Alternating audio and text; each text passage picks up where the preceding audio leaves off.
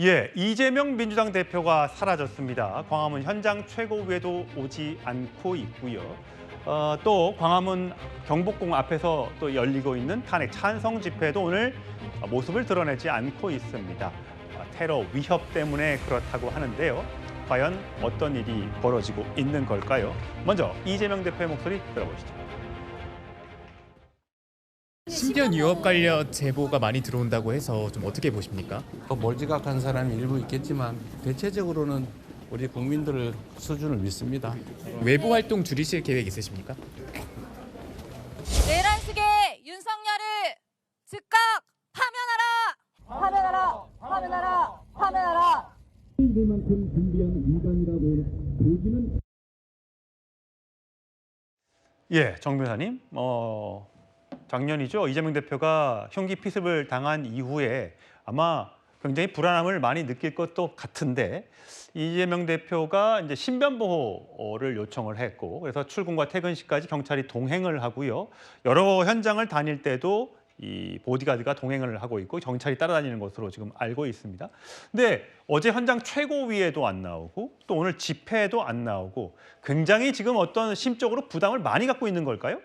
글쎄요, 이재명 대표가 벌써 한 1년쯤 조금 더 됐네요. 그때 저도 깜짝 놀랐는데 예. 그 테러 당하지 않았습니까? 그래서 그 가해자가 중형을 선고받기도 하고 그랬는데 예. 그렇기 때문에 그런 부분들이 사실은 당해보지 않은 사람은 모르겠죠. 그러니까 트라우마가 있을 것 같다는 그런 생각은 드는데 그럼에도 불구하고 제가 납득이 되지 않는 게 민주당은 어떤 정당입니까? 누구나 다 이야기하는 민주당 사람들조차도 이야기하는 이재명 대표 일극 체제잖아요. 그런데 지금은 윤석열 대통령이 파면을 당하느냐 아니면 다시 복귀하느냐 굉장히 절체절명해 그것도 뭐 시간도 얼마 남지 않았습니다.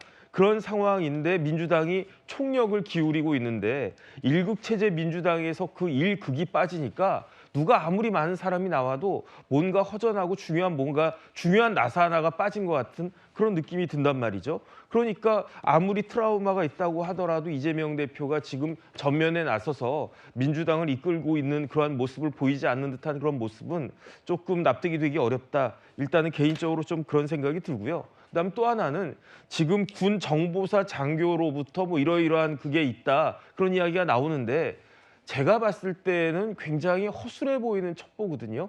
굉장히 좀 정보사다라고 하면 언제 어떻게 뭐 이런 굉장히 좀 이렇게 세밀한 그런 것들이 있어야지 그 큰일 날 뻔했구나 이런 생각이 드는데 굉장히 막연한 첩보 가지고 그래가지고 그것을 생각해가지고 뭐 안 나온다 그거는 제가 봤을 때에도 조금 그 납득이 되지 않는다 그런 측면이 있고요. 어쨌든 지금 같은 세상은요. RP만 추적해도 누가 어떤 행동을 하려고 했던지 충분히 다 밝힐 수 있으니까 경찰에선 빨리 수사해가지고 그 자초지종을 전모를 밝혀야 되겠다 그 생각됩니다. 예, 이재명 대표를 향한 테러 위협 대변인이 이렇게 말했습니다.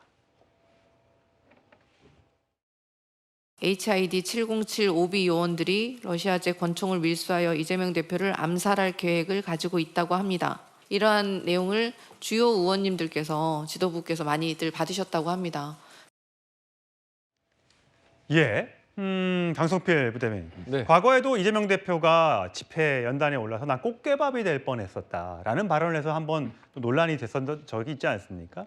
본인을 위한 신변 위협에 대해서 경찰에 신변 보호 요청을 하고 하는 건 당연합니다만 그런 여러 가지 발언들이 겹치면서 과연 이 출처의 신빙성 그리고 정말 이재명 대표가 이것이 정말 신변 위협을 많이 느껴서 하는 것인지 아니면 본인들의 지지자들이라든지 탄핵 찬성에 참여하는 사람들을 좀 더 북돋우기 위해서 저런 발언을 일부러 공개한 것인지 그거를 이제 국민의힘에서는 의심하더군요. 근데 이제 이재명 대표가 테러 위협이 있다고 해서 야당의 지지자와 당원들이 광화문으로 몰려나간다? 조금 비약인 것 같습니다.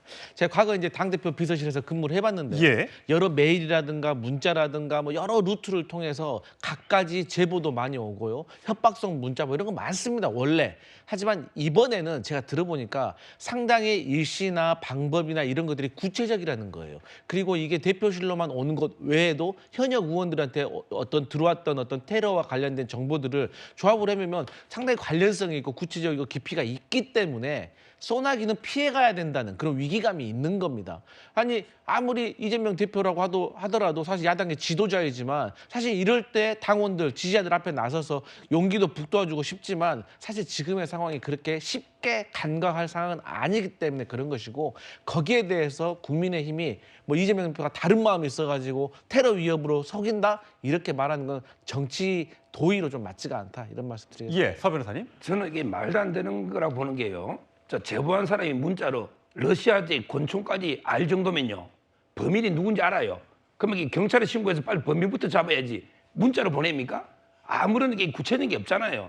저는 꽃게밥처럼 또 이게 얼마 전에 김어준 씨 있죠. 예. 이분도 이제 국회에 나와서 한동훈 암살한다. 예. 뭐 이게 뭐 이런 황당무계한 괴담을 했잖아요. 따라서 저는 이것도 이게 그 과잉 대응이고요. 이게 무슨 구체적인 문자 보낸 게 만약에 그 사람이 어떻게 러시아제 권총 사올지 어떻게 알아요? 그 범인을 안다는 거잖아요. 그럼 경찰에 먼저 신고해서 빨리 범인 잡으면 되지. 왜 이렇게 문자를 보냅니까? 말도 안 되는 이야기입니다. 예.